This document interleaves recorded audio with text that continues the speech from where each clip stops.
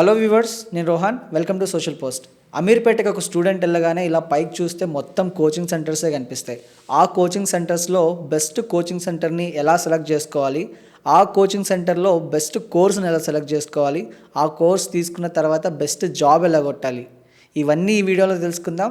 ఈరోజు మనతో పాటు ఉన్నారు నిఖిల్ రెడ్డి. ఆయన ఒక ఇన్స్టిట్యూట్ రన్ చేస్తున్నారు, అలాగే స్టార్టప్ కంపెనీ రన్ చేస్తున్నారు, అండ్ అంతేకాకుండా ఒక ఎంటర్ప్రినర్.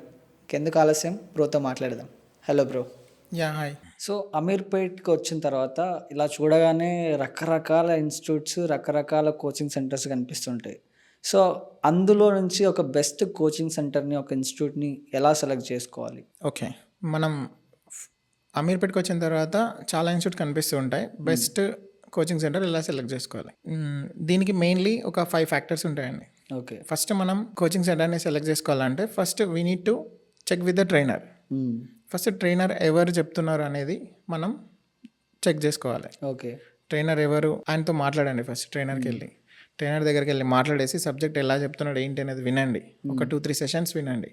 వింటే మీకు క్లారిటీ వస్తుంది, ఆయన చెప్పేది మనకు అర్థమవుతుందా లేదా అనేది ఒక క్లారిటీ వస్తుంది. అప్పుడు okay, 25% you can opt it. After that syllabus content అనేది మీరు చూడాలి. Like what is the content they are giving, content ఏమి ఇస్తున్నారు అనేది చూసి ఆ కంటెంట్ని మీరు గో త్రూ అవ్వండి. ఓకే.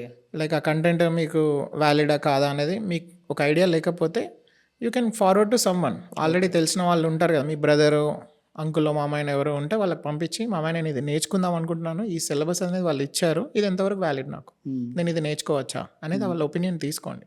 ఓకే. తర్వాత after the training like placement అనేది ఆపర్చునిటీ ఎలా ఉంది, ప్లేస్మెంట్ అంటే లైక్ మాక్ ఇంటర్వ్యూస్ కానీ, కమ్యూనికేషన్ బిల్డింగ్ కానీ, ఇలాంటి యాక్టివిటీస్ చేస్తున్నారా లేదా, assessment through out the course. ఇన్ని రోజులు మీరు ఒక 100 డేస్ స్పెండ్ చేద్దాం అనుకుంటున్నారు, ఒక 6 months స్పెండ్ చేద్దాం అనుకుంటున్నారు అంటే ఈ 6 monthsకి రోడ్ మ్యాప్ ఏంటి అనేది తెలుసుకొని జాయిన్ అవుతే it's better. Irrespective of fees 5,000 తక్కువ ఉందని ఇక్కడ జాయిన్ అవుతా, 10,000 ఎక్కువ ఉందని అక్కడ జాయిన్ అవుతా అంటే it is like waste of your time and money. So అది main point.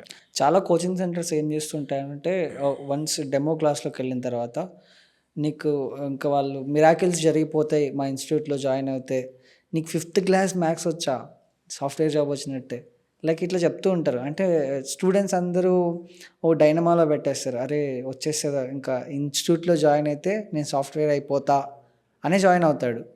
But at the same time ఏమవుతుందంటే 1 month 2 months అయిపోయిన తర్వాత ఆ ఇన్స్టిట్యూట్కి వెళ్తే అలా ఉండదు, టోటల్ చేంజ్ ఉంటుంది. సో దీన్ని ఎలా చూసుకోవాలి ఒక స్టూడెంట్ అనేవాళ్ళు ఫస్ట్ నేను ఏదో కోచింగ్ ఇన్స్టిట్యూట్లో జాయిన్ అయ్యా అంటే నాకు జాబ్ వస్తుంది అనే మైండ్ సెట్ నుంచి బయటికి రావాలి. నువ్వు ఇన్స్టిట్యూట్లో జాయిన్ అయ్యా అంటే జాబ్ రాదు ఫస్ట్ థింగ్. ఓకే. నువ్వు ఇన్స్టిట్యూట్లోకి వెళ్ళి ఏం చేసావు, ఏం నేర్చుకున్నావు అనే దాని మీద డిపెండ్ అయి ఉంటుంది. ఇప్పుడు మనం కాలేజీలో జాయిన్ అవుతాం, 4 years చదువుతాం, జాబ్ వచ్చిందా, రాలేదు కదా. ఓకే. అది మనం ఒక 3 months ఉండేసి నాకు జాబ్ రావాలని ఎక్స్పెక్ట్ చేయడం it is very wrong first. ఎందుకంటే మనం 4 సంవత్సరాల్లో నేర్చుకునే సబ్జెక్ట్ అంతా నువ్వు 3 నెలల్లో నేర్చుకున్నావు అంటే హౌ యూ బిలీవ్ దట్? అది పాయింట్ కాదు అక్కడ. ఫస్ట్ థింగ్ ఏంటంటే మనం ఎంతవరకు ప్రొడక్టివ్గా నేర్చుకున్నాం అనేది ఇంపార్టెంట్. డైలీ నువ్వు 4 గంటలు స్పెండ్ చేయాలి టైం.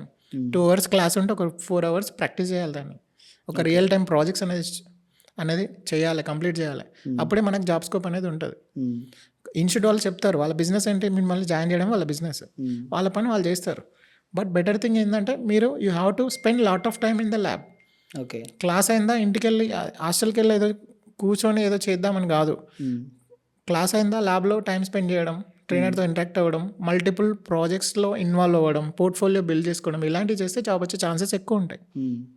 అది 1-2 monthsలో బబుల్ అంటే ఆ బబుల్ ఇట్లా క్రియేట్ అవుతుంది. క్రియేట్ అయినప్పుడు టప్ ఉంటుంది. Java, .NET, full stock, data developer, ఇలా రకరకాల కోచింగ్స్ ఉంటాయి.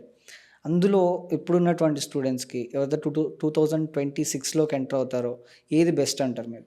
Yeah, that's a good question. Actually చాలామంది స్టూడెంట్స్ ఏ కోర్స్ తీసుకోవాలో తెలియక రాంగ్ కోర్సెస్ తీసుకొని టైం వేస్ట్ చేసుకుంటున్నారు. బట్ మనం ఇక్కడ మాట్లాడాల్సింది ఏంటంటే as you side 2025 pass out and upcoming 26 pass out వాళ్ళ గురించి మనం వాళ్ళ పాయింట్ ఆఫ్ వ్యూలో we can give some suggestions to them. First ఏంటంటే ఒక కోర్స్ నేర్చుకుంటే జాబ్ అనేది రాదు ఇప్పుడున్న మార్కెట్లో. ఫస్ట్ మల్టిపుల్ టెక్నాలజీస్ మీద వాళ్ళకి ఐడియా ఉండాలి. లైక్ ఇప్పుడు కోడింగ్, ప్రోగ్రామింగ్ లాంగ్వేజ్లో దే కెన్ చూస్ పైథాన్ కానీ, .NET కానీ, జావా కానీ, ఏదైనా ప్రోగ్రామింగ్ లాంగ్వేజ్ నేర్చుకోవాలి, ఒక లాంగ్వేజ్ నేర్చుకోవాలి. తర్వాత ఒకటి క్లౌడ్ నేర్చుకోవాలి, లైక్ ఏడబ్ల్యూఎస్ కానీ అజూర్ కానీ జీసీపీ కానీ ఒక క్లౌడ్ నేర్చుకోవాలి. తర్వాత డేటా సెట్ లైక్ ఎస్క్యూఎల్ ఒకటి నేర్చుకోవాలి. తర్వాత కొన్ని రియల్ టైమ్ ప్రాజెక్ట్స్ చేయాలి వాటిపైన. ఓకే. తర్వాత కొన్ని ఏ టూల్స్ నేర్చుకోవాలి which can integrate all these things and simplify the work. Okay. Work easy చేసే టూల్స్ ఇలాంటివి నేర్చుకుంటే మనకి ఎక్స్పోజర్ అనేది ఎక్కువ ఉంటుంది. ఒక కోర్స్తో కాదు, ఇవన్నిట్లలో మీకు ఐడియా ఉండాలి. It is a better for upcoming generations. Okay.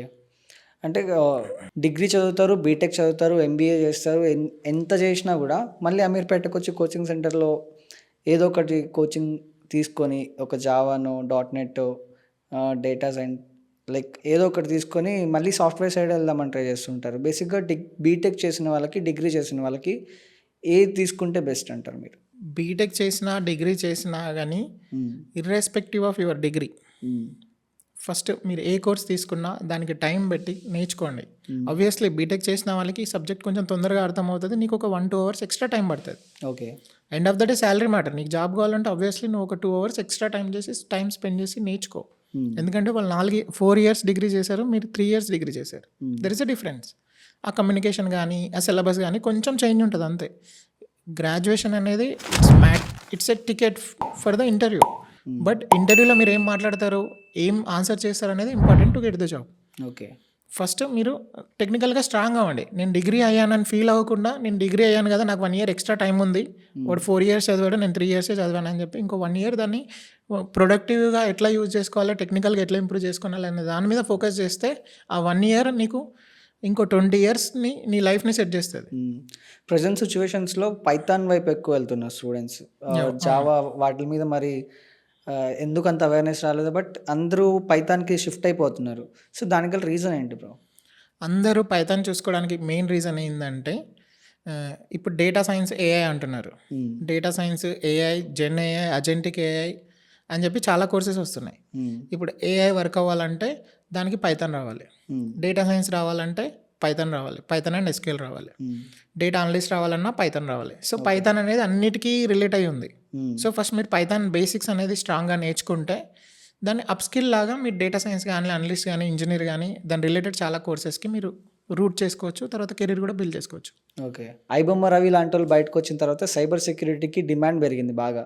దాన్ని కూడా నేర్చుకోవడానికి స్టూడెంట్స్ ముందుకు వస్తున్నారు. దీని ఫ్యూచర్ ఎలా ఉండబోతుంది? సైబర్ సెక్యూరిటీ ఫ్యూచర్ అనేది చాలా బాగుందండి ఇప్పటి నుంచి.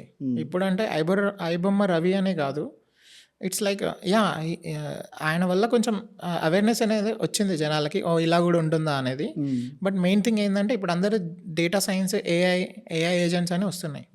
సో చాలా వరకు డేటా సైన్స్ డిజిటలైజ్డ్, ఇప్పుడు మనకి లైఫ్ అనేది డిజిటలైజ్ పెరుగుతున్న కొద్దీ దాని సెక్యూరిటీ మెయింటెనెన్స్ అనేది చాలా ఇంపార్టెంట్ అండి. సో దాని రిలేటెడ్గా మనం సైబర్ సెక్యూరిటీ నేర్చుకోవచ్చు. జాబ్ మార్కెట్ బాగుంది, ఓకే. ఇండియాలో బాగుంది, అరబ్ కంట్రీస్లో ఇంకా చాలా బాగుంది.